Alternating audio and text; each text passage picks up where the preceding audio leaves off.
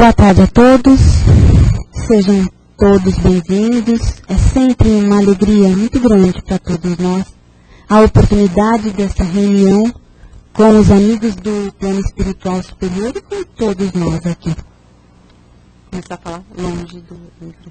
Boa tarde aos nossos amigos internautas.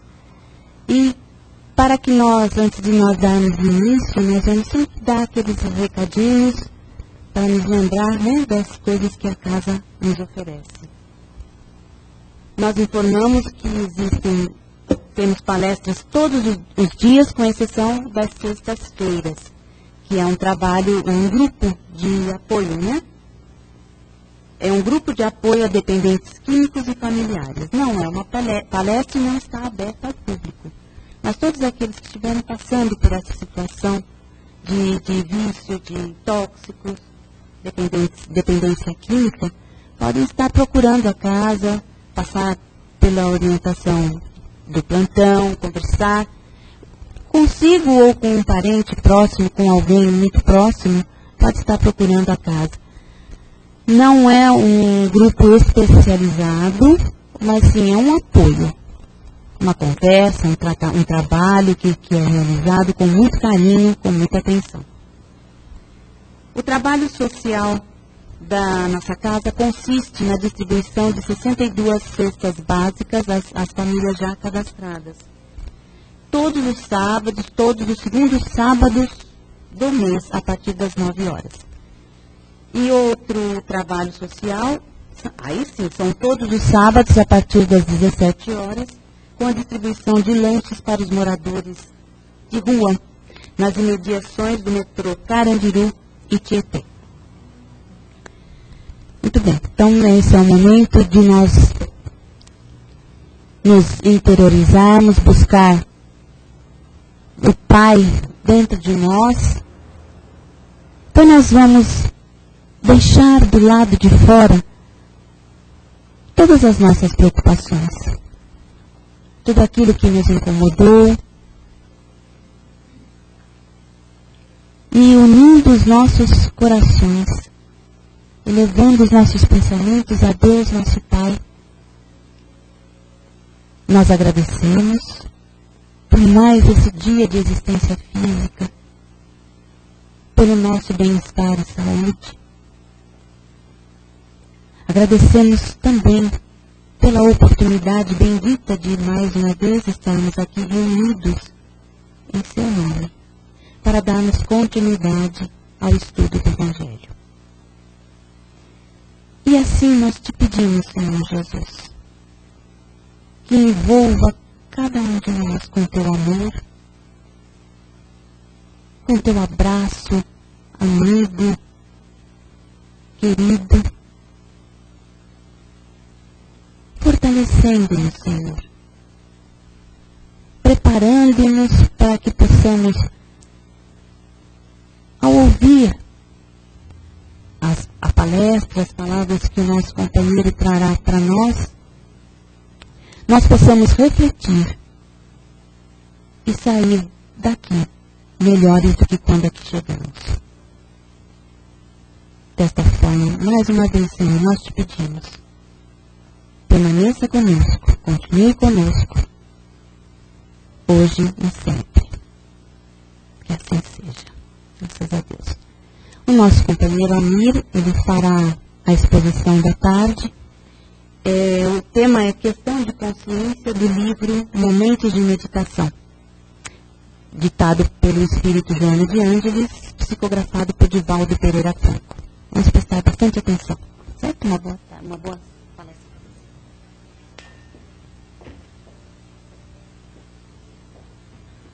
Boa tarde. Todos bem? Tudo em ordem com todo mundo? Então tá bom. Questão de consciência. A doutrina espírita nos ensina que, através de uma questão, que está lá no Livro dos Espíritos, onde Kardec perguntou ao Espírito de Verdade, onde está escrita a lei de Deus? E eles responderam, na consciência do homem. Então não dá para alegar ignorância, né? Se alguma coisa está escrita na nossa consciência, porque não dá para alegar que nós não sabemos o que temos que fazer. Mas além de estar na nossa consciência, a lei sempre foi vindo também de fora. Nunca nos faltou mensageiros e missionários de Deus e do Cristo para que nos trouxessem a lei, para que nos trouxessem o texto da lei, o que realmente deveria ser feito. Isso vai nos sendo trazido através de duas coisas, da lei humana e da lei de Deus, que muitas vezes se confundiram na história de todos os povos, se confundiram, a lei humana e a lei de Deus. O nosso direito penal, por exemplo, nosso Código Penal é de 1940 e pouco, 1940.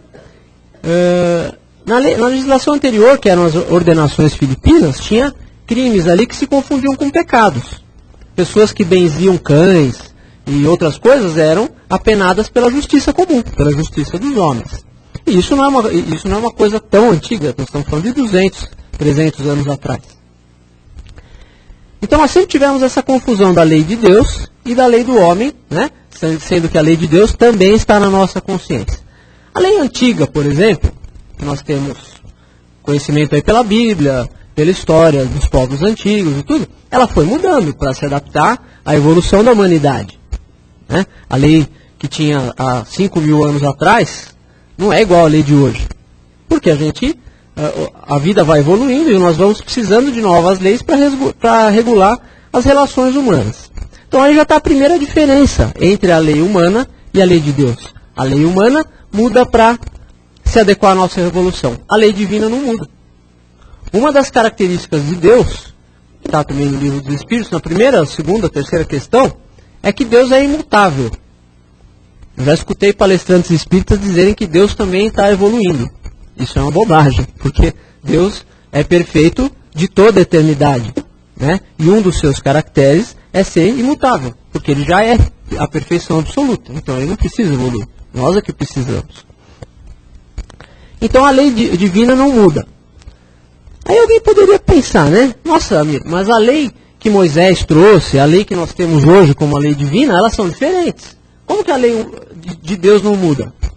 Ela não muda, mas ela nos é revelada à medida que nós podemos compreendê-la.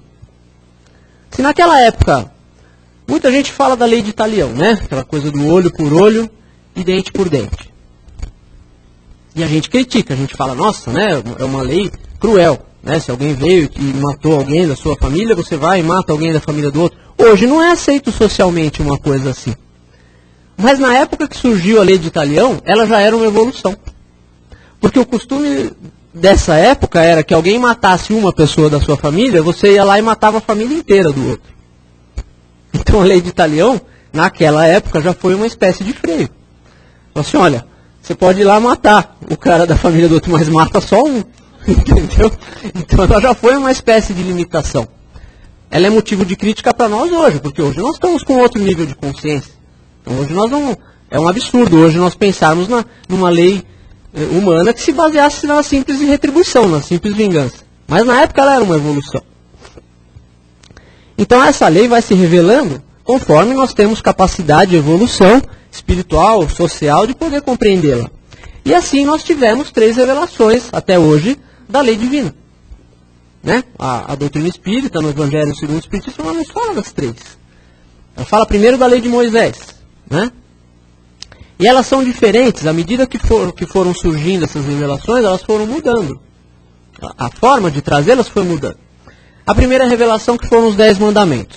É lei divina? É lei divina. E valem até hoje. O que Jesus mudou, o que Jesus revogou, foram aquelas partes da lei social, da lei civil, que se misturava com a lei divina. Aquela coisa do boi, que se o outro matou o seu boi, você podia ir lá pegar um boi dele e tal. Essa parte Jesus não ligou muito para isso. Jesus ligou para a lei divina, que eram os 10 mandamentos. Estava ali bem consubstanciada naquela época nos 10 mandamentos. Essa primeira revelação, os 10 mandamentos, ela foi trazida por um mensageiro, que foi Moisés. Ela foi dada a um povo, que foi Israel, por um mensageiro num determinado lugar. A segunda revelação, que foi de Jesus, ela já foi diferente. Ela também foi dada num determinado lugar, no mesmo lugar. Ela já também foi dada por um mensageiro, que mandou que se multiplicassem os mensageiros depois. Ide, né? Ide pelo mundo e pregai a todos, né? E ela destina-se não a um povo, mas à humanidade. Então, se a lei judaica, se os 10 mandamentos se destinavam só àquele povo judeu, a lei trazida por Jesus, que foi basicamente o amor, ela destina-se à humanidade. E a terceira revelação, que foi o Espiritismo, ela não foi dada num determinado lugar, porque ela foi colhida em muitos pontos diferentes do mundo. Kardec usou centenas de médiuns para compilar a sua codificação. E até hoje ela é trazida em todos os lugares do mundo. Então ela não foi trazida só num lugar. Ela não foi trazida por um mensageiro só, mas por uma multiplicidade de mensageiros, que são os espíritos superiores, que nos trouxeram essa lei. E nem poderia ser só por um mensageiro, porque quando Jesus falou que Deus nos mandaria o Consolador, ele falou que esse Consolador ficaria conosco eternamente. Se fosse só um mensageiro, como é que ele ia poder ficar conosco eternamente? Então a terceira revelação fica conosco eternamente, como o nosso Consolador prometido, através de muitos mensageiros. Até hoje. E ela também destina-se não só a um povo, mas à humanidade. Não só a humanidade encarnada, mas também a humanidade desencarnada. Então olha como Deus foi se revelando cada vez mais a nós. Ele foi se abrindo cada vez mais ao nosso conhecimento, à medida que nós tivemos condição de compreender.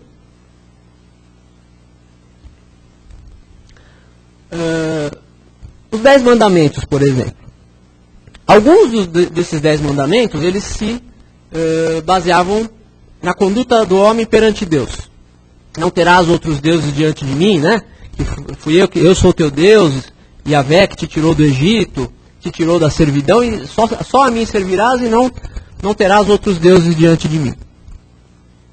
É antigo? É antigo, mas serve para nós até hoje.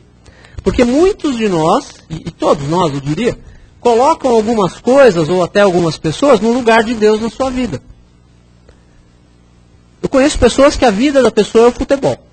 A pessoa só consegue falar de futebol, só consegue se divertir com futebol.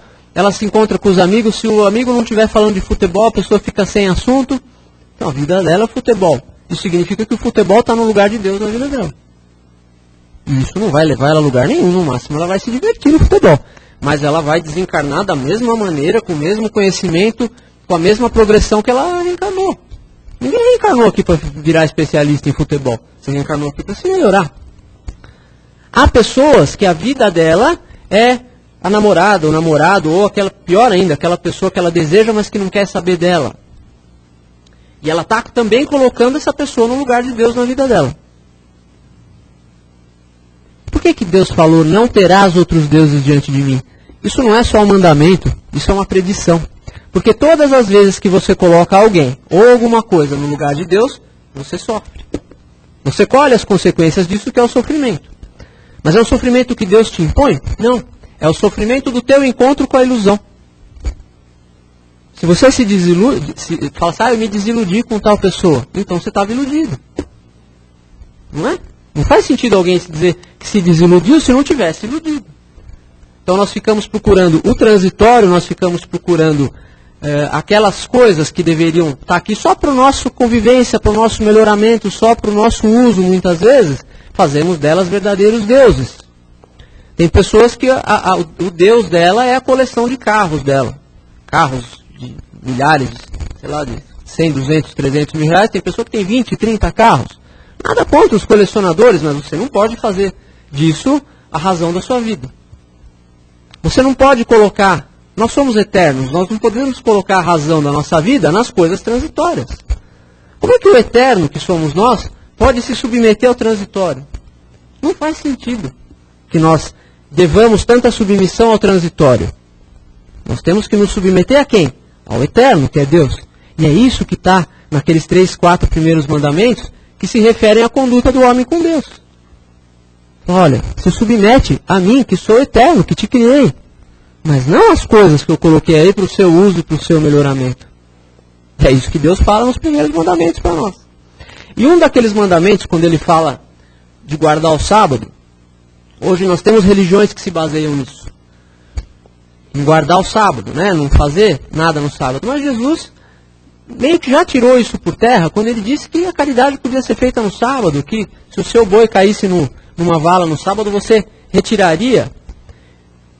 Então nós temos condutas morais, não querendo nos contrapor a religião nenhuma, mas na nossa humilde visão, o sábado foi feito para o homem, e não o homem para o sábado. Que é a visão que traz o Evangelho. Por que isso? Porque as pessoas escravizavam umas às outras, era uma sociedade escravocrata. As pessoas se escravizavam, inclusive no sábado.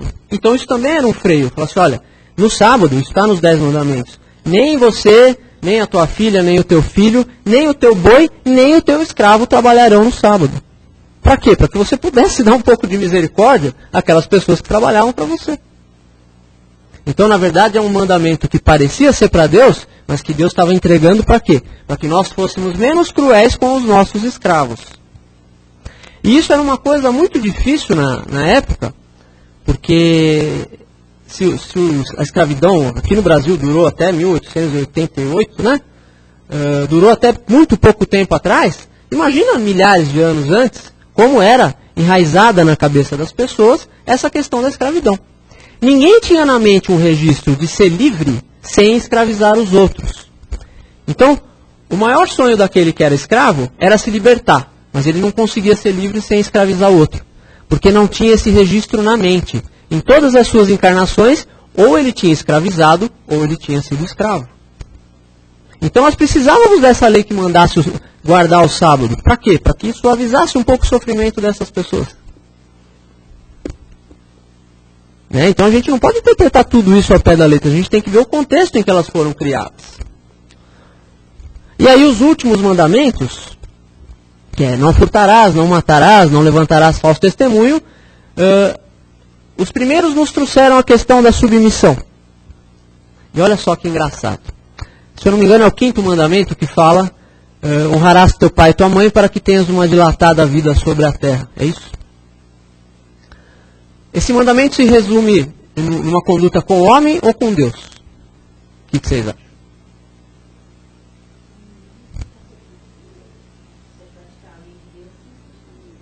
Isso. Olha só. Quando você é bebezinho, que você tem lá 1 aninho, até 2 aninhos, você só tem os exemplos do seu pai e da sua mãe. Você só tem seu pai e sua mãe para te colocar regras. Seu pai e sua mãe, quando você está nos braços da sua mãe ali mamando, sendo cuidado ali, que a sua mãe está te fazendo dormir, você está nos braços de Deus. Porque a criança ainda não conhece Deus. Ela vai conhecer o que é amar o abstrato, amando o concreto. Nós sempre vamos primeiro para o concreto do que para o abstrato. Então, através de você ser cuidado pelos pais, de amar os pais, de respeitar e de se submeter à vontade dos pais, você aprende a amar, a respeitar, a pedir proteção a Deus e a se submeter à vontade de Deus. Não dá para a gente ir direto para o abstrato. Ninguém nunca viu Deus, ninguém sabe como é, ele é imaterial. Não dá para ir direto para ele. Então, os pais são o caminho para que a gente possa se submeter à lei de Deus. Olha que coisa linda tem nesse 5º mandamento. É uma transição de Deus para o homem. Ao mesmo tempo que ele se dirige ao homem, ele se dirige também a Deus. Através da submissão à vontade dos pais, a criança vai perceber que existe um ser superior aos pais também e vai aprender que ela deve obediência e deve respeito a esse ser. E depois ela vai aprender a amá-lo à medida que ela possa aprender isso através da sua evolução. E os outros mandamentos te ensinam a fraternidade. Você não deve roubar o seu próximo, que você não deve desejar a mulher do próximo, nem seu boi, nem sua casa, nem nada do próximo. Você pode querer ficar bem, mas você não precisa querer o que é do outro. Você não precisa querer que ele perca para você ganhar. Então esses outros mandamentos nos ensinam o quê? A fraternidade. Se você tem submissão a Deus, e se você tem fraternidade, você aprendeu quase tudo que você precisava aprender, mesmo hoje. E isso há milhares de anos já nos foi dado pelo Decálogo de Moisés. Aí vem Jesus e traz o quê? Uma novidade, o amor. Mas ninguém tinha ouvido falar em amor naquela época. Era um absurdo você falar em amor. Você fala assim, antigamente estava escrito para você se vingar do teu inimigo. Eu digo para você orar pelo seu inimigo. Nossa, era um absurdo alguém dizer isso. Porque ninguém entendia a lei de Deus dessa maneira naquela época. Então é muito fácil entender por que Jesus não foi aceito e por que ele foi tão crucificado e tão perseguido. Por causa disso, porque essa lei atendia aos interesses do pessoal da época. Quando ele fala que você tem que amar, e que você tem que amar o teu irmão, ainda que esteja numa condição social inferior à tua, como um igual, como você se ama, para a época é um absurdo. Né? Então, só isso já daria, ainda que não houvessem as proezas que Jesus fez, os sermões que ele fez, só o fato dele ter trazido o amor, de ter sido o primeiro a trazer o amor para a humanidade, já nos diria que ele era o Messias mesmo. Né? Só que existe um momento de encontro em cada revelação dessa, existe um momento de encontro da mensagem superior que veio de Deus com a nossa inferioridade. E sempre nós marcamos essas épocas com atos inferiores. Se você for ler o Antigo Testamento, ali está cheio de matança, está cheio de carnificinas ali, em nome da lei, em nome de Deus. As pessoas se diziam representantes de Deus e faziam mal. E mais recentemente você teve as cruzadas, né? Onde se perseguiriam quem? Se perseguiriam aqueles que tivessem uma fé não cristã. Colocavam crucifixos nas bandeiras e nos escudos e diziam que Jesus ia na frente, que os infiéis deveriam ser mortos. Né? A própria igreja apoiando, o próprio Estado se confundindo com a igreja apoiando. Como conciliar essa religião das cruzadas, onde se mataria em nome de Deus, com aquele Cristo que mandou perdoar 70 vezes 7 vezes? E mais recentemente nós tivemos a Inquisição também, onde se fazia caça aos hereges, não é isso? Se pegava todas aquelas pessoas que apresentassem alguma coisa contrária à igreja dominante na época e se iria atrás dessas pessoas para fazer a Inquisição, a Santa Inquisição. Como conciliar essa Santa Inquisição com aquele Cristo que manda não julgar, para não sermos julgados? Com aquele Cristo que mandou que só atirasse a primeira pedra aquele que não tivesse pecado? Como conciliar todas essas coisas? E é por isso que nós precisamos da terceira revelação, porque as religiões antigas não puderam nos oferecer respostas para todas essas coisas. Para todas essas coisas que foram executadas por nós, em encarnações anteriores. Se nós não executamos, nós muitas vezes apoiamos, muitas vezes fomos vítimas numa encarnação e algozes na outra. É assim que as coisas vão se desenrolando. Então não tinha como conciliar a nossa inferioridade com a superioridade dessas mensagens. E para isso que veio a terceira revelação, para dizer, olha, nós estamos vindo aqui, os espíritos superiores, falando ali no prólogo do Evangelho segundo o Espiritismo, nós vamos tentar restabelecer, em nome do Cristo, restabelecer as coisas no seu verdadeiro sentido. Tentar reviver o cristianismo primitivo, a pureza dos ensinamentos. Porque todas as verdades se encontram no cristianismo. Os erros que nele se inseriram são de origem humana. Isso está na codificação espírita também. Então todos os erros, todas as incoerências, todas as coisas contraditórias que hoje nós vemos no próprio cristianismo, não foram colocadas lá por Deus, nem por Jesus, foram colocadas lá pela mão humana. E o papel de nós espíritas é restabelecermos a verdade pura. É por isso que foi dito muitas vezes, a árvore que não foi o Pai que plantou será arrancada e lançada fora. Isso vale também para o Evangelho. Tudo que foi colocado ali por interesse, tudo que foi colocado ali para querer subjugar o outro, para querer submeter o outro à nossa vontade, à nossa vontade de superioridade, vai ter que ser retirado dali. E o nosso papel de espíritas, com o conhecimento que nós temos, é de tentar fazer isso. De tentar reviver as coisas no seu sentido puro, no seu sentido original. E é por isso que essa lei toda está na nossa consciência. Para que nós sempre saibamos quando estamos fazendo certo e quando estamos fazendo errado. Por isso que a nossa consciência nos faz sofrer quando nós erramos. O que é isso? É punição de Deus? Não. É conscientização. Muitas vezes nós nos conscientizamos aqui ainda encarnados e muitas vezes nós vamos para um estágio de conscientização desencarnados. Todo mundo já viu o filme ou leu o livro Nosso Lar? É uma sacada muito grande, muito boa no filme, aquela hora que ele começa a se desequilibrar, que ele estava no nosso lar, ali naquela região superior, e que o cenário se transforma todo ali, o ambiente se transforma imediatamente, e ele imediatamente se vê ali nas regiões inferiores de novo. Isso mostra o quê?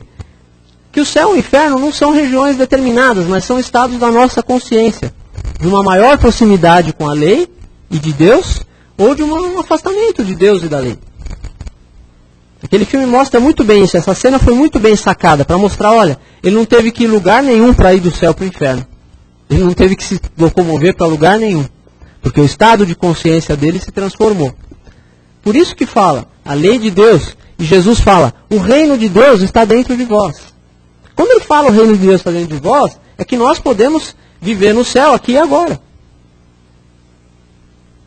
Ah, minha irmã, não é impossível viver no céu com aquele meu vizinho que fica perturbando desde de manhã, com aquele meu chefe que só me maltrata, com esses meus filhos que não obedecem.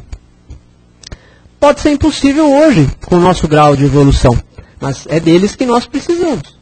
Nós não estaríamos do lado daquele vizinho chato ou daquele chefe que nos humilha se nós não precisássemos aprender como lidar com essa situação. Eles não estão na nossa vida por acaso. A doutrina espírita nos ensina isso. O acaso não é absolutamente nada. E nada acontece por acaso. Tudo acontece quando é determinado porque nós pedimos. Ou porque a lei e a misericórdia de Deus colocou aquilo na nossa vida, mas nunca como punição pura e simples. Até a própria punição, que Kardec fala que nenhum ato nosso fica impune diante da lei de Deus, até essa punição tem qual finalidade? Não é de nos fazer sofrer, é de nos ensinar. E nós temos o livre-arbítrio, tanto para fazer os atos, que vão nos gerar essas consequências que nós chamamos de punição, ou não, quanto para escolher a forma com que nós vamos aprender. Não é só com a lei de causa e efeito que nós aprendemos também com a lei de amor. A lei de causa e efeito só é usada por Deus quando a lei de amor não chega antes. Se você se dispõe a se transformar, se você se dispõe a fazer diferente, não a se culpar, a fazer diferente do erro da última vez, a lei de Deus vai ao teu encontro e procura te ajudar. Tem uma parte que o Chico trouxe que fala o seguinte, que quando a justiça divina nos procura para cobrar algum débito e nos encontra a serviço do semelhante, a execução da pena é suspensa por tempo indeterminado. Ou seja, quando a justiça nos procura para nos decapitar e nós estamos ali dando um mínimo sinal que seja de melhora, a misericórdia divina segura o braço da justiça e fala, olha, espera, vamos ver o que esse filho vai fazer. De repente ele está se transformando, de repente ele está querendo fazer diferente, de repente ele está querendo pela primeira vez não cometer um erro que ele cometeu em 10, em 20, em 30 encarnações diferentes, a pessoa recaiu no mesmo erro. E de repente essa vez que ele está vacilante, que ele muitas vezes é desprezado porque não tem segurança naquilo, pode ser a primeira vez que ele está tentando fazer diferente. Todos nós estamos na encarnação mais importante que nós tivemos até agora.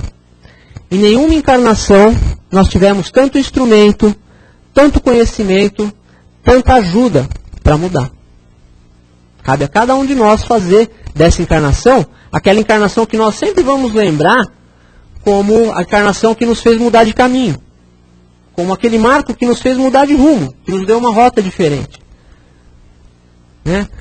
Em muitos centros espíritas eu já vi falar assim, olha, ali está o mentor, é um preto velho, o mentor é um caboclo, o mentor se manifesta desta ou daquela forma. Nós temos que entender que essas são formas perispirituais. O mentor pode se apresentar como uma loira de olhos azuis e ele pode se apresentar como um preto velho. Ele tem evolução para moldar o seu perispírito da maneira que ele quer se apresentar para aquele trabalho. Mas muitas vezes eles se apresentam como escravos, como índios, como criaturas muito humildes, de uma condição muito simples. Por quê? Porque foi essa encarnação onde ele tinha uma estadia mais simples aqui no planeta que fez ele mudar de caminho. E por isso ele tem carinho por aquela forma, por aquela maneira de se apresentar. Porque foi daquela maneira que ele mudou o seu rumo. Isso, exatamente. Foi quando Jesus nasceu para você, né? Dificilmente vai ser para 25 de dezembro para todo mundo. Cada um vai ter a sua época, onde as coisas se revelaram para você. problema é que aqui não basta ser muitas vezes, né? A Joana de Ângeles fala isso no texto. Muitas vezes nós queremos parecer também para que possamos ser aceitos. E isso nos faz ter uma conduta dupla. A conduta que nós mostramos para fora para ser aceitos, né? Para ser queridos muitas vezes, para ser festejados, prestigiados, e a conduta íntima. E muitas vezes elas são opostas, essas duas condutas. Pessoas que são uma coisa de dia e uma coisa de noite, outra coisa de noite. Pessoas que são uma coisa na sociedade e outra coisa quando ninguém está olhando. O que te mostra o que realmente você é hoje, é o que você é quando você pensa que ninguém está vendo, porque sempre tem alguém vendo. O Evangelho fala, né, que nós estamos envolvidos por uma nuvem de testemunhas. Quem são essas testemunhas? São as testemunhas dos nossos atos. Se não tiver um encarnado, tem um desencarnado. No mínimo tem o nosso mentor ali, olhando o que nós estamos fazendo, sabendo o que nós estamos fazendo. Então nessa hora que nós nos achamos sozinhos, é que nós mostramos para nós mesmos quem nós realmente somos. Né? E aí, até que hora que vai? Até 35? Tá. Então assim, e a Joana de Ângeles fala que quando nós agimos dessa maneira dupla, nós cultivamos dentro de nós a consciência de culpa. E essa consciência de culpa nos faz sofrer. Nos faz sofrer enquanto encarnados e nos faz sofrer também no plano espiritual. Porque quando você passa para o lado de lá, não dá mais para ter duas condutas. Todo mundo está vendo no teu perispírito exatamente o que você é. Aqui você pode, né? Dar uma carteirada lá. Eu sou o juiz da 5ª vara criminal, tal. E quando ninguém está olhando, eu sou um mau caráter. Lá não. Lá todo mundo está vendo. Todos os outros espíritos estão vendo exatamente o que você é. E você não consegue ter acesso a regiões superiores, a regiões mais felizes, se você não é verdadeiramente, se não está esculpido no teu perispírito, a virtude que você tem que ter para entrar lá. Você não vai conseguir habitar uma região do espírito do Chico, do Bezerra de Menezes, desse tipo de missionário, enquanto você não tiver as virtudes que precisa para entrar lá. E essas virtudes não dá para fingir, tem que cultivar. E é aqui que nós começamos a cultivar. Não praticando atos que vão nos gerar nossa consciência de culpa.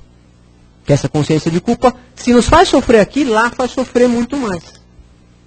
Não é isso? Porque é lá que nós não temos a carne como um amortecedor vibratório, e lá, portanto, as sensações são muito mais vivas, são muito mais intensas do que aqui.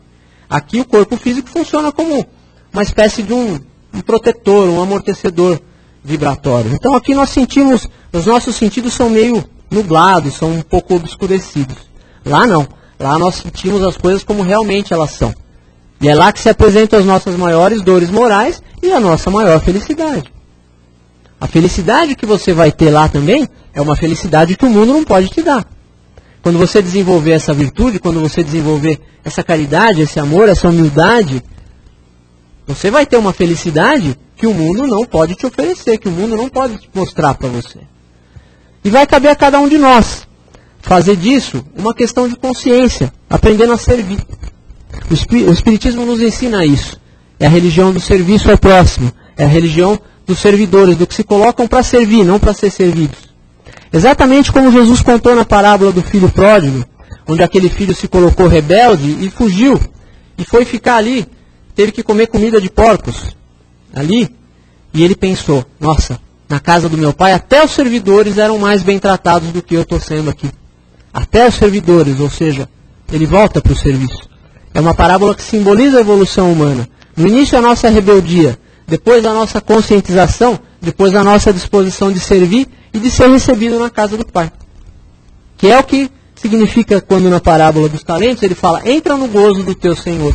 É você ter condições de se aproximar de Deus, sem ter que esconder nada dele, sendo digno da confiança dele. Muita paz, muita luz a todos.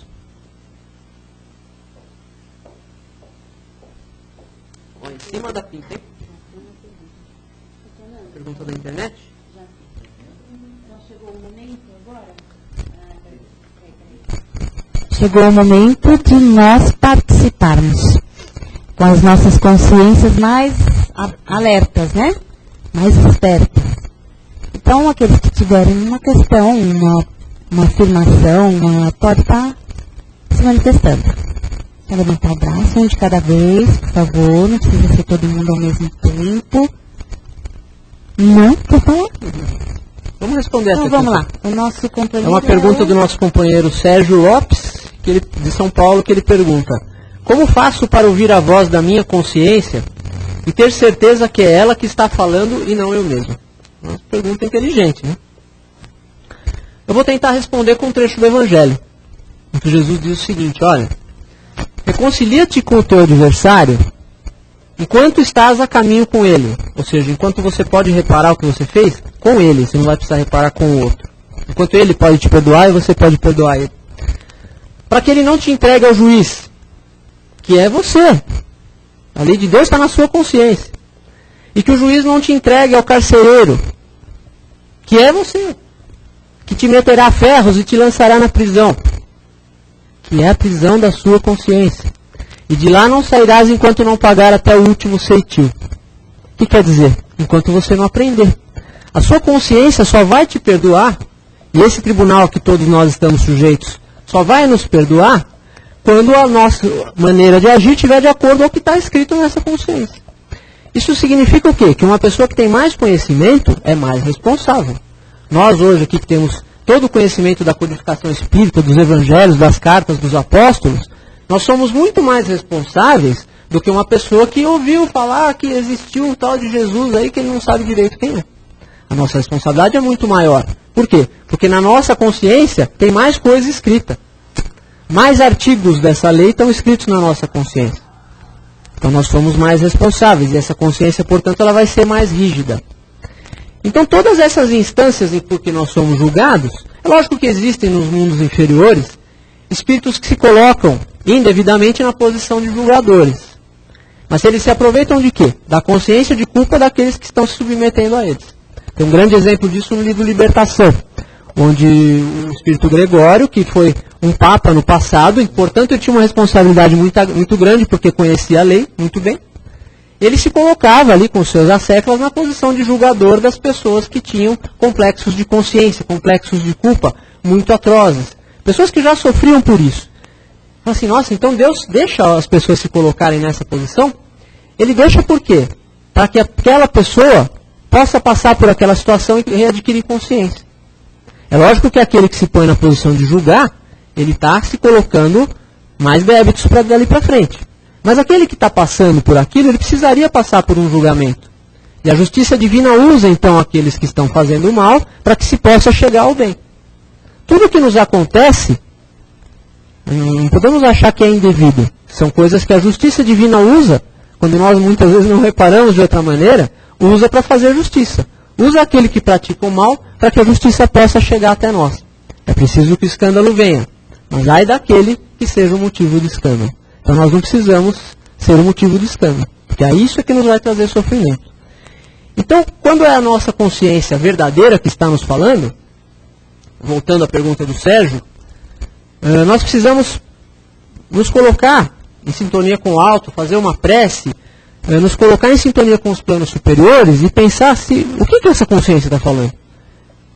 Porque aí pode ser a nossa consciência mesmo e pode ser o ego.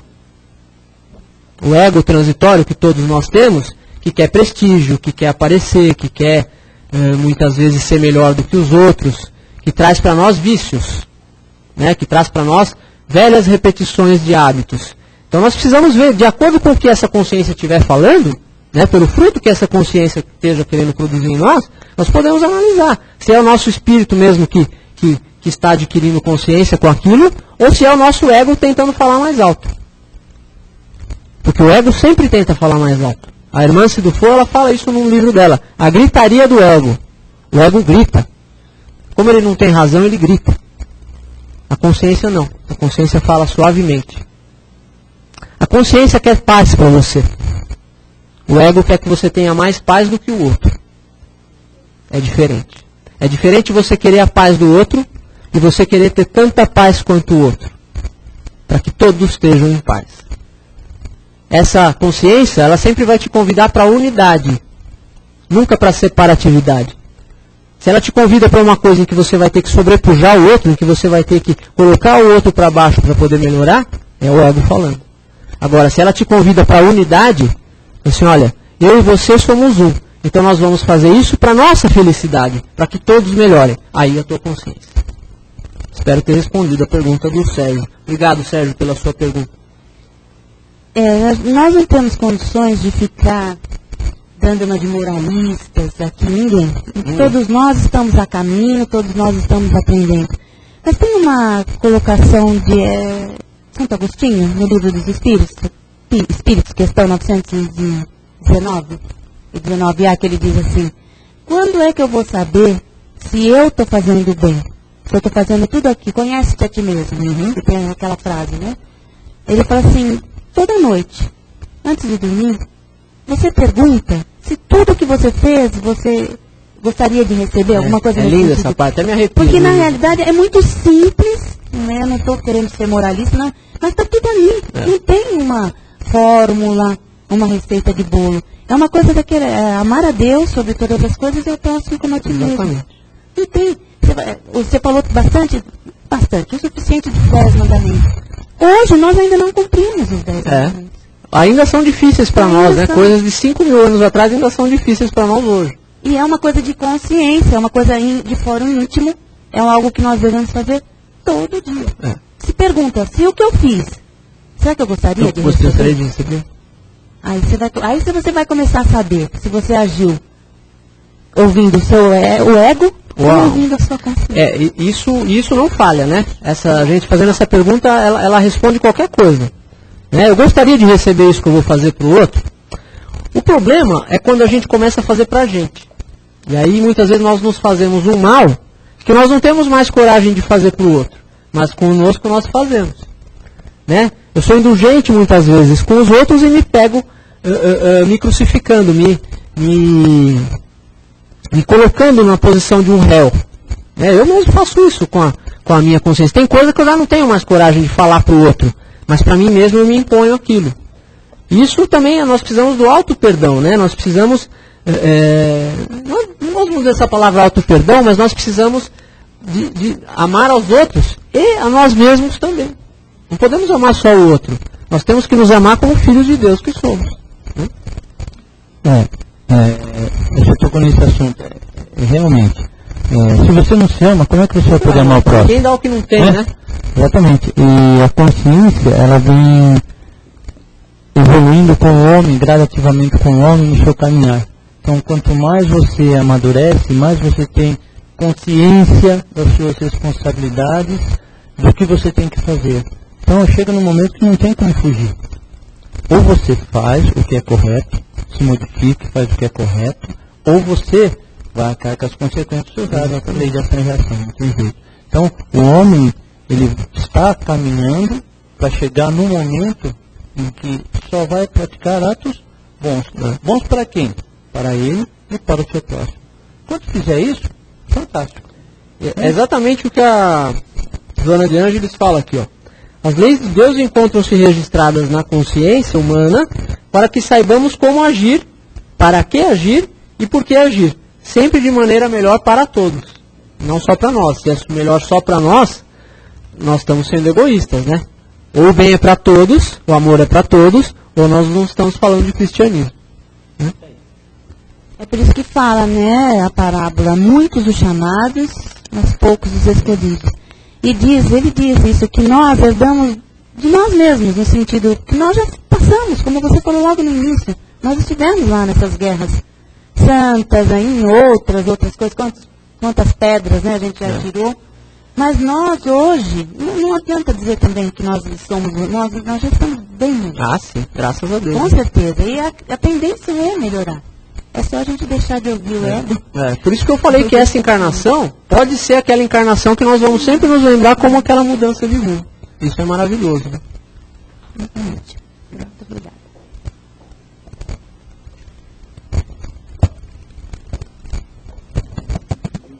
Não.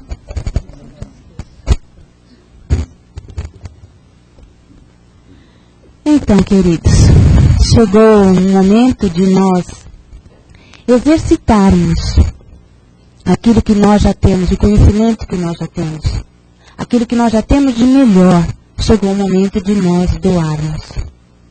Porque aqui, neste momento das vibrações, nós não vamos doar, não vamos vibrar somente para aqueles que nós conhecemos.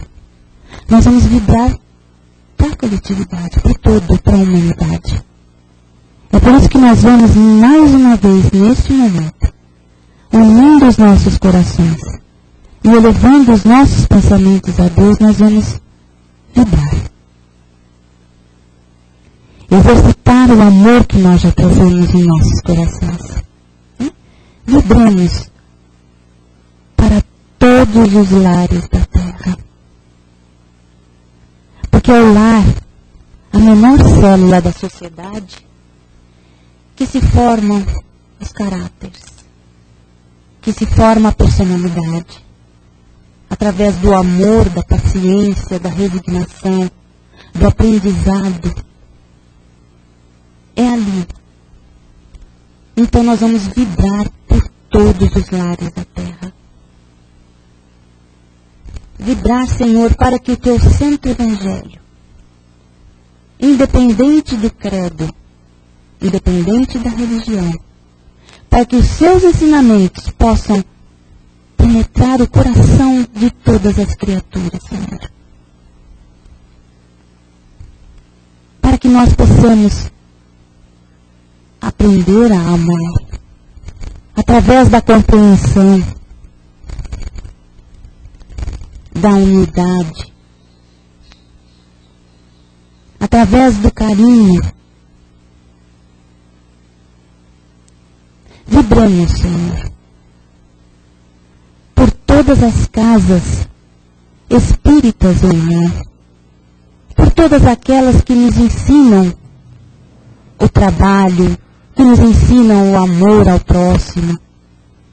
Vibremos, Senhor.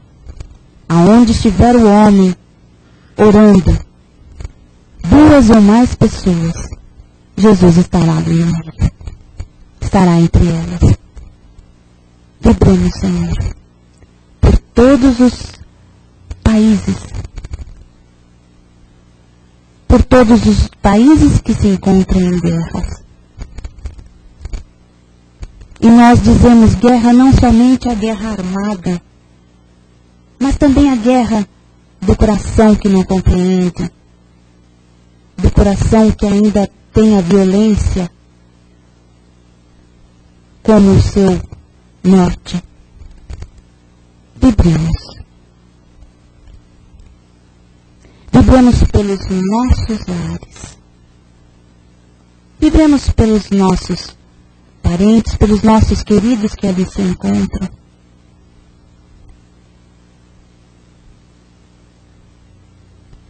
E vibremos, Senhor, por nós mesmos. Que Jesus possa estar em nossos corações, não somente hoje, como sempre. E assim, mais uma vez agradecidos, nós pedimos licença, Senhor, para darmos por encerrada mais uma reunião da tarde de hoje. Que assim seja.